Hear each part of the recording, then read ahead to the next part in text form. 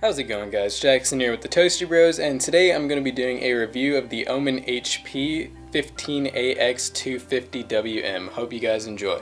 Okay guys, so if you're wondering why I was being so specific with the model number, this is the 15AX250WM.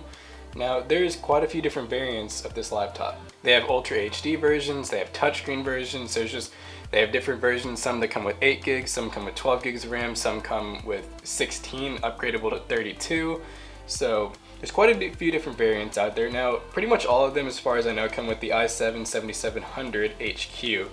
Now, this is a 4-core, which of course hyper-threads, and it's 2.8 gigahertz base frequency, and then it turbo boosts up to 3.8 gigahertz. One thing I really like about this one is that it does have the dedicated GTX 1050 Ti, and this is the 4 gig version. This one in specific comes with 12 gigs of DDR4 at 2400 megahertz. There's one 4 gig stick and one 8 gig stick. Now, like I said, it is upgradable up to 32. And then really the only thing I don't like about this is that it only comes with a 1 terabyte 7200 RPM SATA drive. So it is upgradable. You can put an M.2 right next to that drive, or if you really wanted to just go all out, you could always get a just full 2.5 inch SSD and put it in here if you just wanted to have like a 1 terabyte SSD.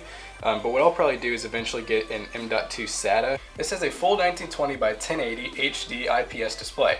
So what I really like about this screen, and what a lot of people have commented on, is the colors are extremely rich on the screen.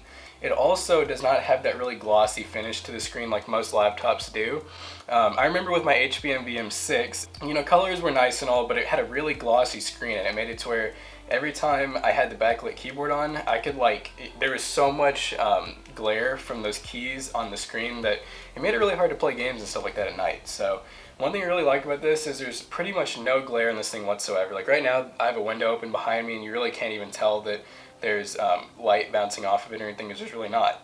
So they brag about their Bang & Olufsen, if I hope I'm saying that right, audio quite a bit. Now, you can see right along here we have speaker, and I'm not too sure if we might have anything else on the bottom or anything like that, but as far as sound goes, this thing can get extremely loud. I can let you guys know that now. Like, I have the volume set to like 50 right now, and that's about all I need to be able to like really hear everything. And then if you do put it all the way up, the nice part is it doesn't peak or anything. You don't have to worry about the audio getting, you know, really sharp sounding once it gets higher up, and it actually captures bass fairly well. Okay, so let's go over some of the expansion / peripheral slots. So we have a full-size HD slot right here, which is really good to have for if you like to do video editing, or just if you like taking pictures and want to be able to take them on the go. We have a USB, I believe this is the 2.0 right here, I could be wrong, an HDMI, and then a RJ45 jack, and then here's the charging port. And then on the other side here we have a microphone headphone combo, and then we have 2 more USB, which I'm kind of getting them mixed up. It might have been this is the 2.0, and then this one and the other one over there are the 3.1s. So let's kind of talk about build quality real quick. So I do want to point out that I know the camera really likes to bring out these smudges. Now, the human eye, as far as like me seeing them goes, they're really not that bad, but the camera makes them look like they're, you know, just like that's all you can see. But nonetheless, you can see we have these kind of like chrome finished hinges. They're almost like a brushed aluminum look or gunmetal gray look. But I will say that, you know, they do feel, I'm not 100% sure if they're metal, but they look like there's some sort of metal. If not, then they're just like a really thick plastic that has like a fake metal coating over it. But they do feel really thick and sturdy. You know, I don't see them flex or warp or anything when you go to close the laptop. So now as far as the laptop's finish goes, you can see we have this almost carbon fiber look to it. As far as the keys go, they have a really nice sound to them. I did read a lot of reviews where people were saying they didn't like how they were slightly sunk in. Now, of course, they have to do this to an extent because for the laptop's screen to close, you can't have the keys pressing against the screen. So I'm going to type some real quick so you guys can hear how it sounds.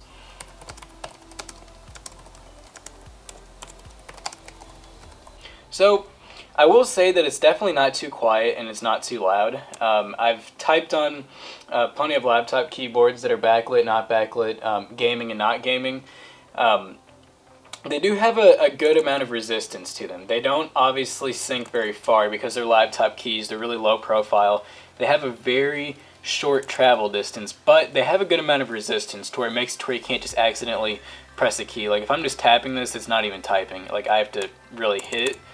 As far as the backlighting goes, I really do like the red backlighting on this. It's a very nice soft glow. They don't bleed over or anything, so you don't have to worry about the lighting shining onto the screen. And like I said, the screen itself has a really nice anti-glare to it.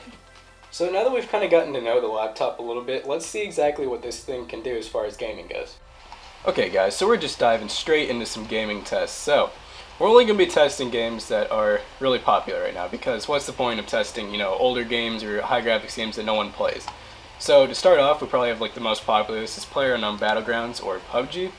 So you guys can hear the fans are obviously ramping up. This is definitely the most I've heard the fans work, and I think that they're pretty much at their maximum speed right now. But let's go back to graphics. So I want you guys to see the qualities. This is just what it auto set everything to. It's on custom. We're on high everything. We are on full windowed. Other than that, there's really not a whole lot of graphics to mess with in PUBG. But nonetheless, this game is extremely playable on this thing.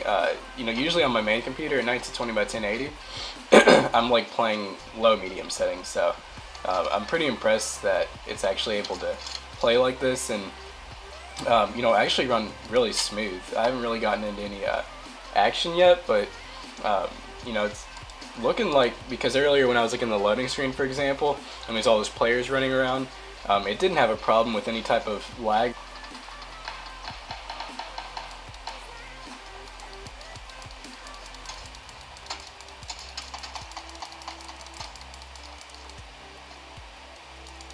Okay guys, so the other game that we're going to be testing here is Destiny 2. So this just recently actually came out, and let me tell you, I'm super excited that it came out for the PC, and so is Matt and Zach, because we all like to play this game on multiplayer. So really good graphics game actually, and it's very well optimized. I can tell you that, unlike PUBG. This game's actually pretty well optimized for most hardware, just because it's a bigger title, so of course it kind of had to be. Now let me pull up the settings here, and hopefully we don't die or anything. So you can see under video settings here, we're on full 1920 by 1080. Once again, we're on windowed full screen. We're at a 60 FPS VSync, so we're kind of trying to lock around there. Now we just have it set towards completely medium settings. So overall, as far as this laptop goes, you know, would I suggest buying it for the full retail price, like the $860, whatever it was? Well, I'm gonna say, now that the price kind of came down a little bit on it, I would be on edge about it. You know, I wouldn't suggest buying it at that price range, just because, yeah, there is some laptops you can get that aren't as fancy looking, but might have the same kind of specs. Now, the fact that it has the dedicated graphics card, and the fact that it has the, you know, the newest i7 in it, and it's the HQ version, you know, does kind of make it to where it's really tempting. And then the keyboard, like I said, is very great feeling, and the display is amazing. Now, as I said, I got a pretty good deal on mine. I paid $650 for it, unopened box, you know, literally brand new. You know, let me know down in the comment section actually what kind of laptops you guys have, because, you know, I'm kind of this is really the first good laptop I've had, except for the HP Envy. That one was decent, but this is the first one that I've had that I really feel comfortable playing games on. So let me know what kind of laptops you guys are running, whether they're new or old, and, you know, kind of surprise me. You know, if it's something that doesn't have the best specs, let me know what type of games you can actually play with it. So we hope you guys enjoyed this video. Comment, like, and subscribe, and we'll see you guys later.